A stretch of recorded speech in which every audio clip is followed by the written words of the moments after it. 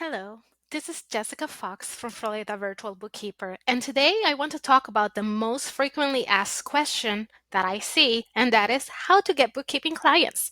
And this is something that I see people asking when they're starting, and even veterans that have been in business for many years still ask, how can I get more bookkeeping clients? So this is going to be a brief overview to give you some guidance on how you can get started implementing techniques that will work best for you and your practice so that you can grow your business.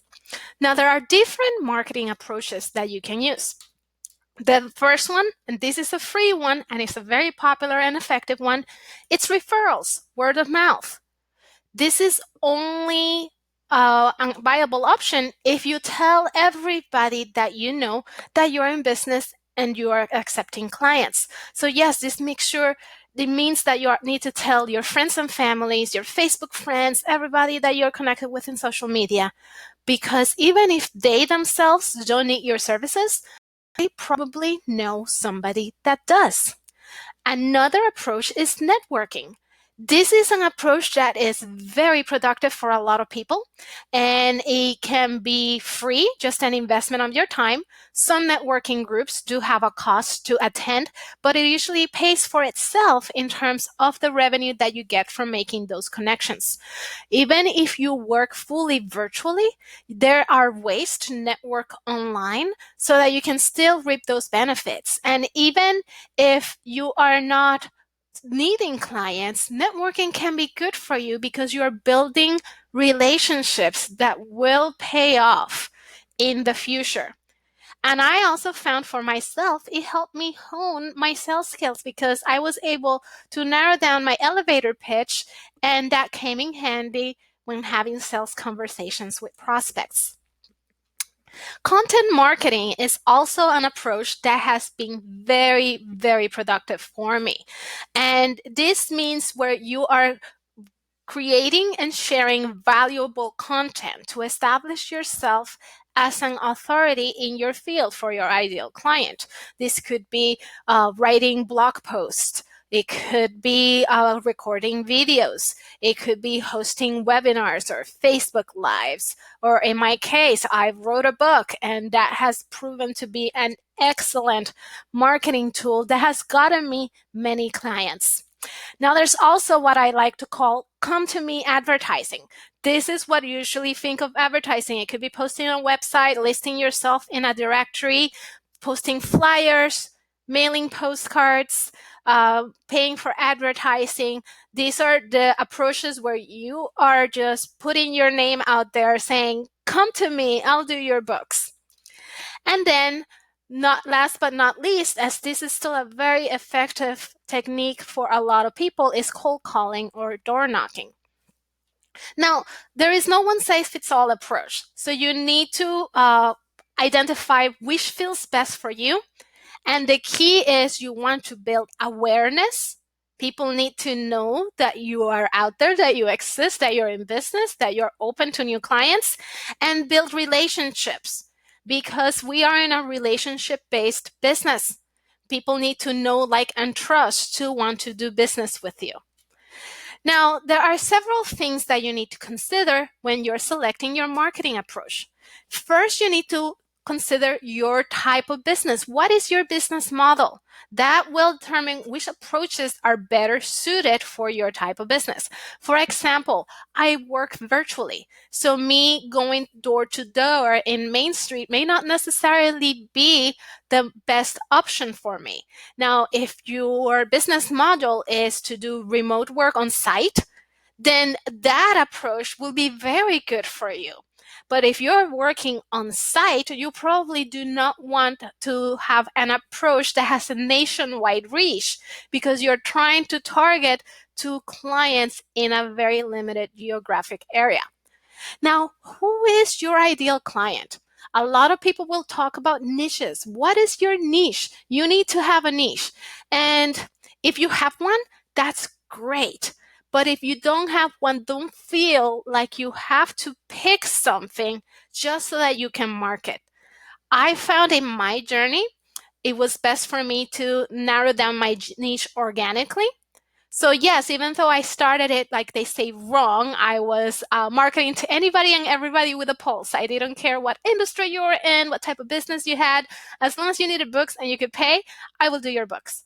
While this is not the optimal approach to grow your business, it was very helpful for me because it allowed me to have exposure to many different types of industries and types of clients so that I could identify the one that I work best with.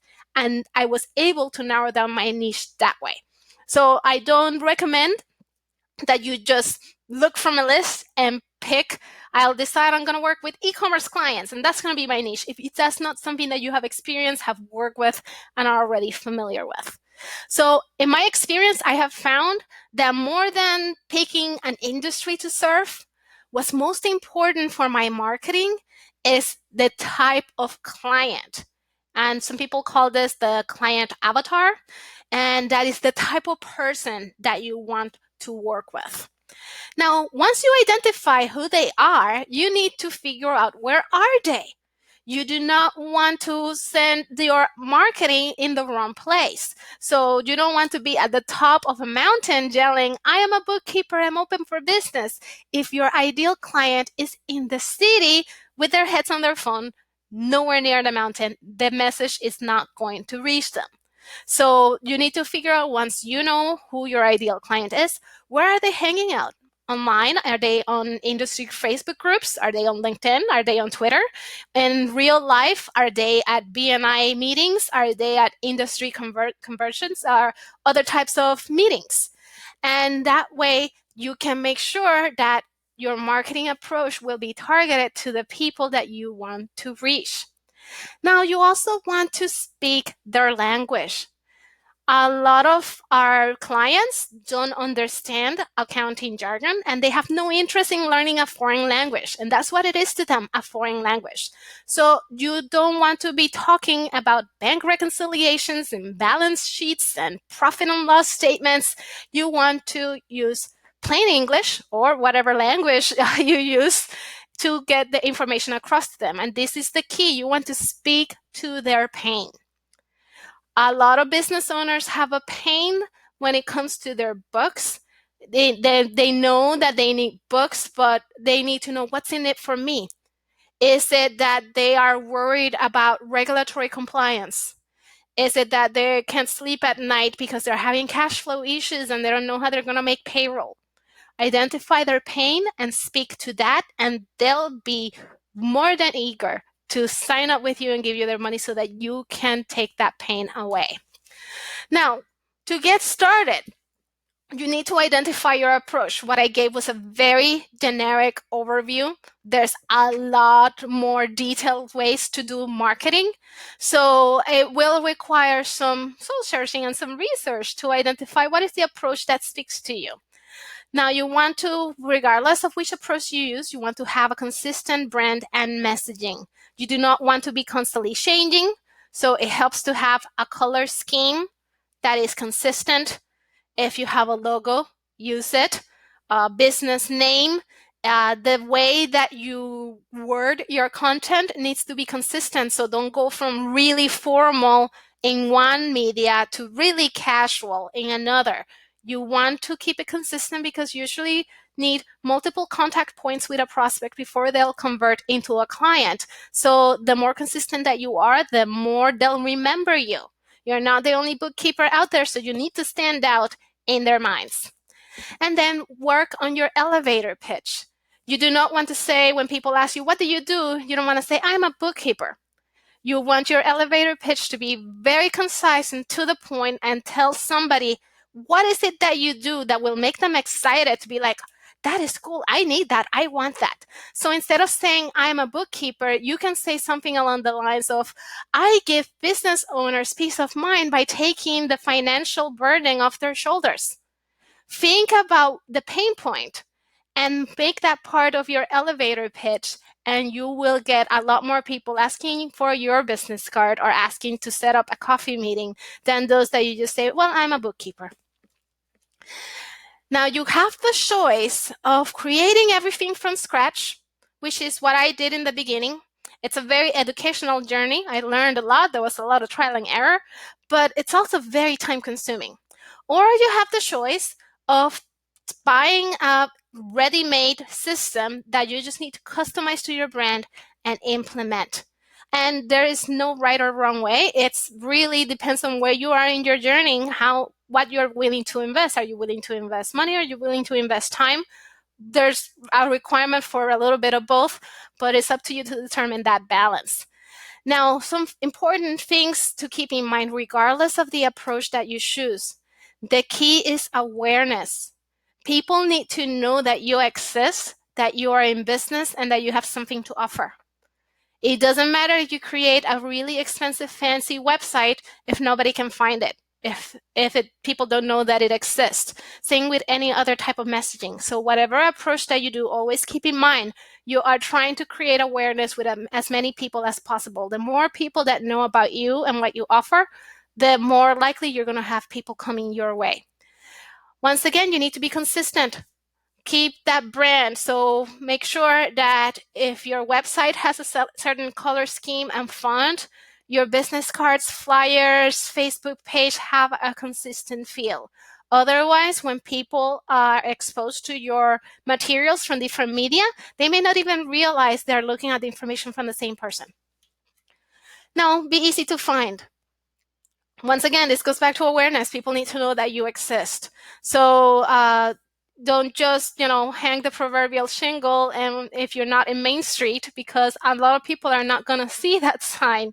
You need to make sure that your name is out there, whether it's in cyberspace or in the real world. People need to be able to find you.